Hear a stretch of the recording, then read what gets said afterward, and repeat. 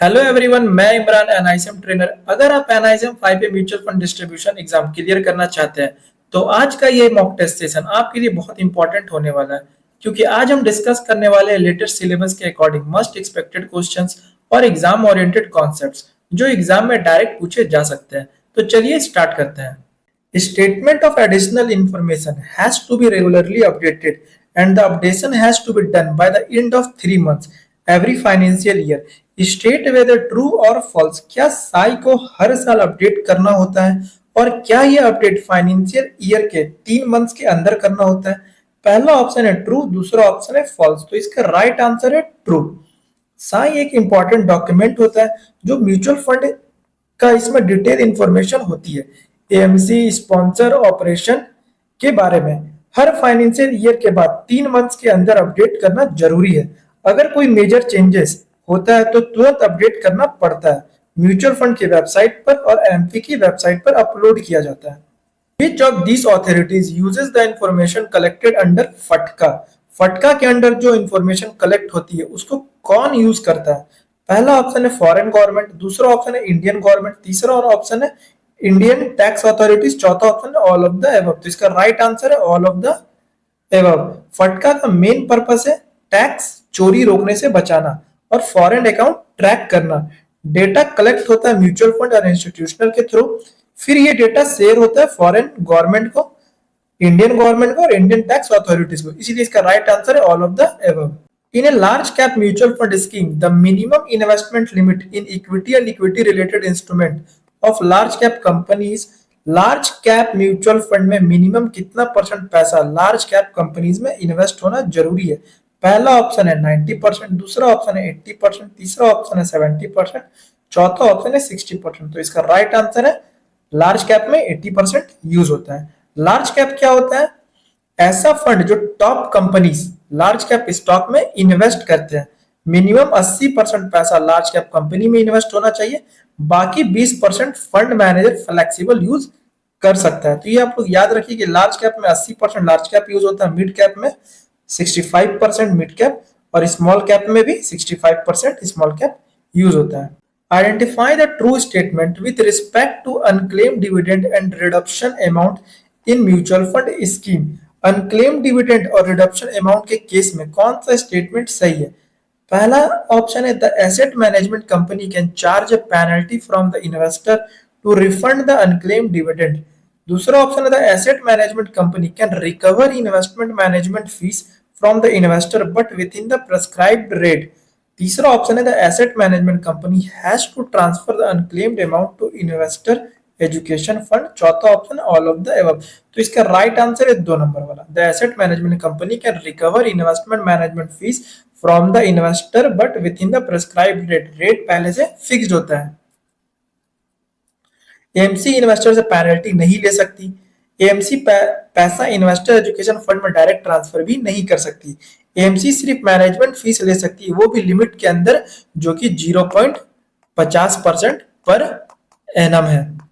तो ये भी एग्जाम में क्वेश्चन पूछ दिया जाता है कितना, तो 0.50% पर एनम। ये याद रखिएगा, ये भी इंपॉर्टेंट है। The valuation policy of a mutual fund is mention in which document? Mutual fund की वैल्यूएशन पॉलिसी किस डॉक्यूमेंट में लिखी होती है? पहला ऑप्शन है फंड फैक्ट शीट, दूसरा ऑप्शन है statement of additional information sign, तीसरा ऑप्शन है annual accounts of the AMC, चौथा ऑप्शन है एडेंडम। तो इसका राइट आंसर है statement of additional information sign. Sign एक डिटेल डॉक्यूमेंट होता है, इसमें ऑपरेशनल डिटेल होती है इंक्लूडिंग वैल्यूएशन पॉलिसी। इसमें वैल्यूएशन पॉलिसी यहीं पर मेंशन होता है, इसी डॉक्यूमेंट में वैल्यूएशन पॉलिसी मेंशन होता है। वो डॉक्यूमेंट का नाम क्या है? SAI, statement of additional information.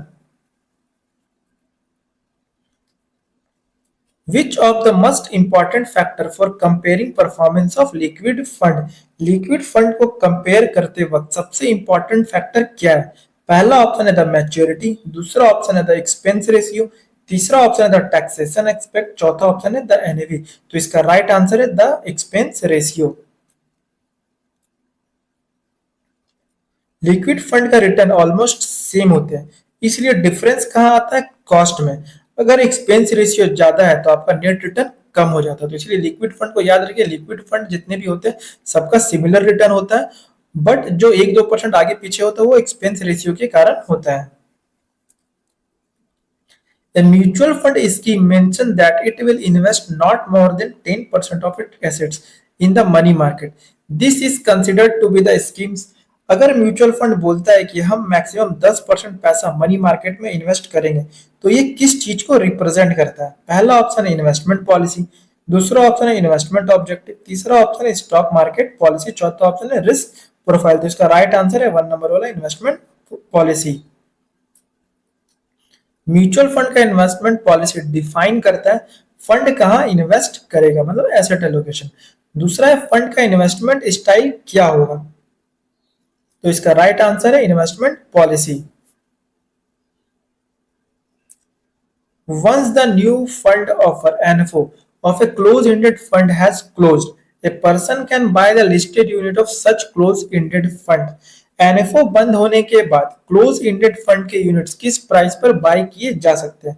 पहला option at price usually higher than NAV, दूसरा option at price usually lower than NAV, at price which can be higher और लोअर देन एनएवी, चौथा ऑप्शन है units of a close ended fund can not be bought after NFO। तो 4 number तो बिल्कुल गलत है, इसका राइट आंसर है 3 number, at price which can be higher और लोअर देन NAV।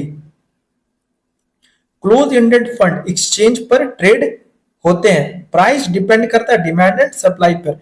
अगर डिमांड ज्यादा हुआ तो प्राइस NAV से ऊपर उठेगा, और अगर डिमांड कम हुआ तो प्राइस भी NAV से नीचे होगा। तो ये आप लोगों को याद रखना है, at price which can be higher और lower than NAV। Identify which of these is not included in the fundamental attributes of a mutual fund scheme. In option में से कौन सा फंडामेंटल एट्रीब्यूट्स का पार्ट नहीं है? पहला option aggregate fees and expense charge to the scheme, दूसरा option any safety net और गारंटी प्रोवाइडेड, तीसरा ऑप्शन है एग्जिट लोड, चौथा ऑप्शन है liquidity provision such as listing repurchase reduction. तो इसका राइट आंसर है exit load. Within the scheme information document, there is an important section on fundamental attributes of a scheme with following parameters on terms of issues. Fundamental attributes में क्या क्या होता है? Liquidity होता है, जैसे बाय सेल कैसे होगा, फीस एंड एक्सपेंसेस होता है, गारंटी सेफ्टी नेट होता है। एग्जिट लोड क्या हुआ? सिर्फ एक चार्ज या पेनल्टी टाइप फीचर्स है, कोर स्ट्रक्चर का पार्ट ये नहीं होता, इसलिए एग्जिट लोड इसमें इंक्लूड नहीं होता। तो इसका राइट आंसर है फंडामेंटल एट्रीब्यूट्स में क्या इंक्लूड नहीं होता? Exit load. The minimum required investment from an investor in a specialised investment fund SIF, SIF में इन्वेस्ट करने के लिए मिनिमम कितना पैसा रिक्वायरमेंट है? पहला ऑप्शन है 5 लाख, दूसरा ऑप्शन है 10 लाख, तीसरा ऑप्शन है 25 लाख, चौथा ऑप्शन है there is no such restriction. तो इसका राइट आंसर है 10 lakh. SIF normal mutual fund जैसा नहीं है, ये एडवांस और हाई रिस्क प्रोडक्ट है, इसलिए एंट्री बैरियर हाई रखा गया है, मिनिमम 10 लाख। तो ये आप लोगों को याद रखना है, SIF में मिनिमम अमाउंट जो रिक्वायरमेंट होता है वो 10 लाख होता है। अगर आपको ये मॉक टेस्ट अच्छा लगा तो वीडियो को लाइक करें और चैनल को सब्सक्राइब करें। इस मॉक टेस्ट का PDF लेने के लिए दिए हुए नंबर पर कनेक्ट कर सकते हैं।